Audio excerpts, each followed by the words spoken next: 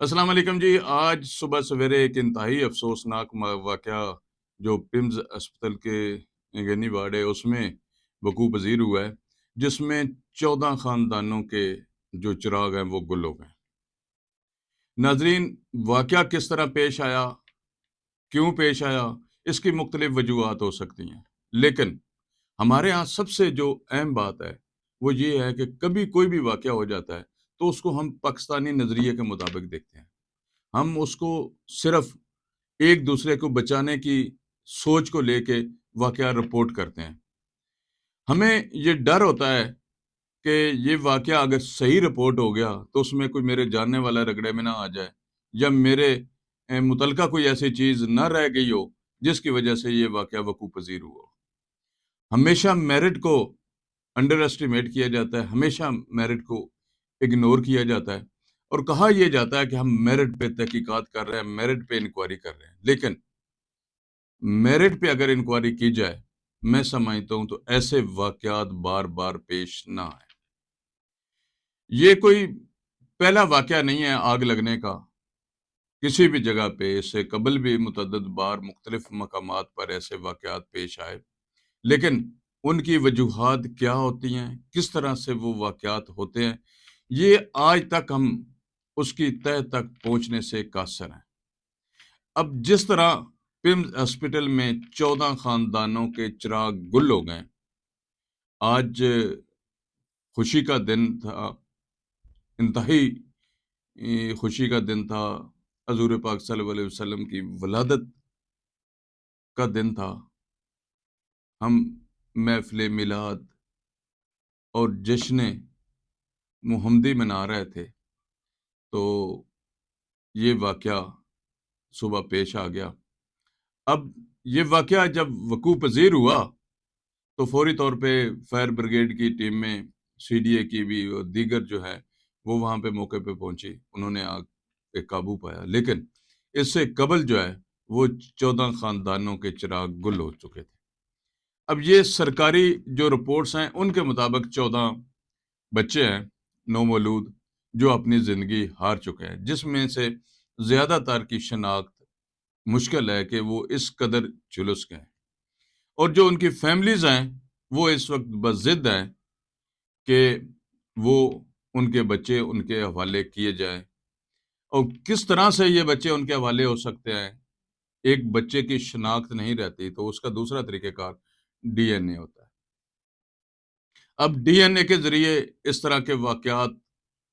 کو بنا کر چیک کر کے رپورٹس کے پیش نظر اب وہ بچے ان خاندانوں کے حوالے کیے جائیں گے، ان کی میتیں ان کے حوالے کی جائیں گی۔ تو ناظرین، یہ وہ واقعہ ہے جس نے ایک دفعہ پھر پورے پاکستان کو ہلا کے رکھ دیا۔ اب اس پہ وزیر اعظم نے بھی نوٹس لیا، فوری انکوائری کا حکم بھی دیا، دیگر ادارے وزارت داخلہ بھی اس پہ نوٹس لے رہی ہے، دیگر ادارے بھی اس پہ اپنی رپورٹس بنا رہے ہیں، جس میں احساس ادارے بھی شامل ہیں، پولیس بھی شامل ہے، اسپیشل برانچ بھی شامل ہے، آئی بھی شامل ہے، دیگر جو قانون نافذ کرنے والے اداروں کی ایجنسیز ہیں وہ بھی اس پہ کام کر رہی ہیں۔ ناظرین، اصل مدعا جو ہے، اصل مدعے کی طرف کب آیا جائے گا، کب یہ دیکھا جائے گا کہ اس طرح کے واقعات کیوں ہوتے ہیں؟ اگر سلنڈر پھٹنے کی وجہ سے واقعہ پیش آئے تو سلنڈر کی ہمیں عادت ہے کہ ہم اس کی میعاد کو چیک نہیں کرتے، بس بھرتے جاتے ہیں جب تک وہ پھٹ نہیں جاتا۔ اس کے بعد پمز ہاسپٹل میں لگی یہ گیس کی لائنیں کتنی پرانی ہیں، کب ان کو تبدیل کیا گیا، اگر کسی جگہ سے پہ کوئی لیکیج ہوتی ہے کیا اس کو ریپلیس کیا جاتا ہے، یا پاکستانی جو ہمارا طریقہ کار ہے کہ جگاڑ کے ذریعے اس کو ٹھیک کیا جاتا ہے پھر اس کو چالو کر دیا جاتا ہے۔ کسی بھی واقعہ کے ہونے کے بعد فوری طور پہ ہم بہت مشتعل ہوتے ہیں، بہت اگریسو ہوتے ہیں کہ ایسا آئندہ نہیں ہوگا، ایسا آئندہ نہیں ہونے دے گا، لیکن پھر بھی جب واقعہ ہوتا ہے اس کے بعد کچھ دنوں تک وہی جگاڑ، پاکستانی جگاڑ لگایا جاتا ہے، ان چیزوں کو ٹھیک کیا جاتا ہے، پھر چالو کر دیا جاتا ہے۔ اب اس طرح سے اگر واقعات کو ہم دیکھتے رہیں گے، اس کو سوچتے رہیں گے، اس پہ انکوائری کرتے رہیں گے، انکوائری رپورٹس آنے کے بعد کیا کارروائی ہوتی ہے، کون اس میں گلٹی ہوتا ہے، کون رسپانسیبل ہوتا ہے، کس کے خلاف کیا کارروائی ہوتی ہے، کس کے خلاف مقدمہ درج ہوتا ہے یا نہیں ہوتا، اس پہ ہم بات کرتے رہتے ہیں ہمیشہ، اور اس کا رزلٹ ہمیں کبھی بھی پازیٹیو نہیں ملا، ہمیشہ نیگیٹو ہی رزلٹ آتا ہے، کیونکہ جو اس میں ملوث عناصر ملازمین ہوتے ہیں ان میں سے زیادہ تر کی پہنچ اس قدر اوپر تک ہوتی ہے کہ وہ اپنا نام انکوائری سے نکلوا دیتے ہیں۔ کہا جاتا ہے کہ یہ اس ڈپارٹمنٹ کا اس سے کوئی تعلق نہیں ہے، لیکن میں سمجھتا ہوں کہ یہ مقدمہ درج ہونا چاہیے، اور اوور ہال جو انتظامیہ ہے، جو اس کو ہیڈ کرتا ہے اس ڈپارٹمنٹ کو، اس کے خلاف درج ہونا چاہیے۔ یہ ساری رسپانسبلٹی اس انچارج کی بنتی ہے ڈپارٹمنٹ کے، جو روزانہ کی بنیاد پہ اس کو دیکھتا ہے، اس کو چیک کرتا ہے، جو سٹاف ہے اس سے معلومات لیتا ہے، اور اوکے کی بنیاد پر سب کچھ چلتا ہے۔ کیا ہوا، کیسے ہوا، ان باتوں میں ہم الجھے رہتے ہیں، اور الجھنے کے بعد جو رپورٹس ہوتی ہیں وہ سرد خانے کی نظر ہو جاتی ہیں، اور اس رپورٹس کی فائلوں پہ دھول جم جاتی ہے، اور ہم خاموش ہو جاتے ہیں، اور ایک نئے اس طرح کے واقعات کے ہونے کا انتظار کرتے ہیں۔ اگر کسی بھی معاملے میں متعلقہ ملازمین کو، افسران کو ان کے کردار کے مطابق، ان کی ذمہ داری کے مطابق اگر سزا دی جائے، تو میں سمجھتا ہوں کہ ہر ایک ڈپارٹمنٹ کا انچارج جو ہے وہ اپنے سٹاف کو اس طرح کھلی چھٹیاں نہیں دے گا۔ یہاں تو عموماً یہ چلتا ہے کہ افسران کو بتا دیا جاتا ہے جی مجھے گھر کام ہے، میں جا رہا ہوں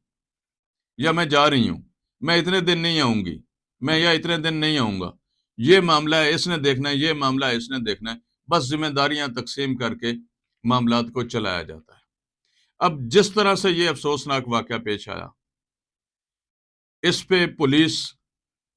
کارروائی یقیناً کر رہی ہوگی۔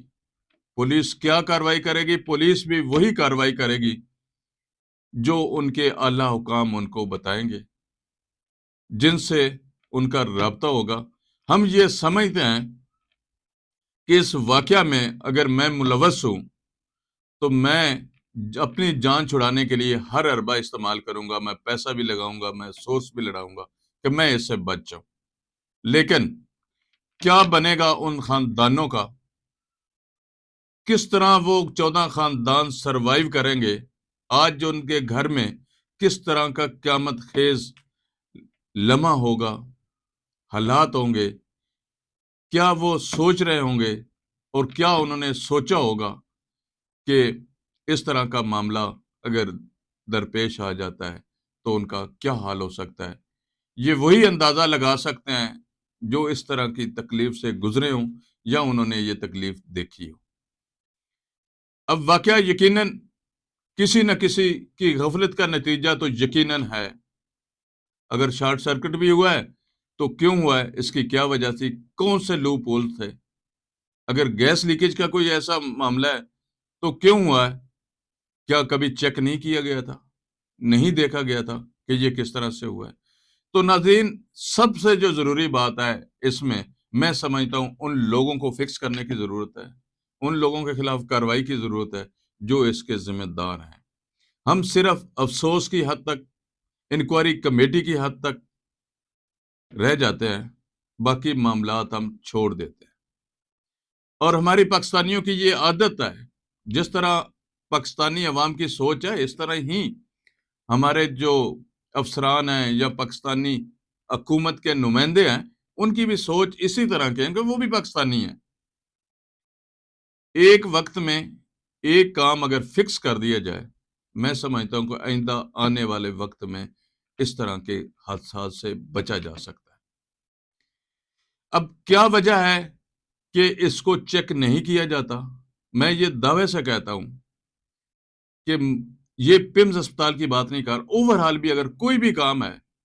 کسی بھی سرکاری دفتر میں ہو، کسی بھی سرکاری ہسپتال میں ہو، کسی بھی سرکاری جگہ پہ ہو، کوئی بھی کام جب کیا جاتا ہے تو اس میں جگاڑ کو ترجیح دیتے ہیں، لیکن گورنمنٹ سے بل ہم پورے لیتے ہیں، لیکن آگے ہم جگاڑ لگاتے ہیں۔ اب دیکھنا یہ ہے کہ جو انکوائری کمیٹیز بنی ہیں وہ اپنا کردار کس طرح سے نبھاتی ہیں، کس طرح سے انکوائری کرتی ہیں، کیا وہ واقعی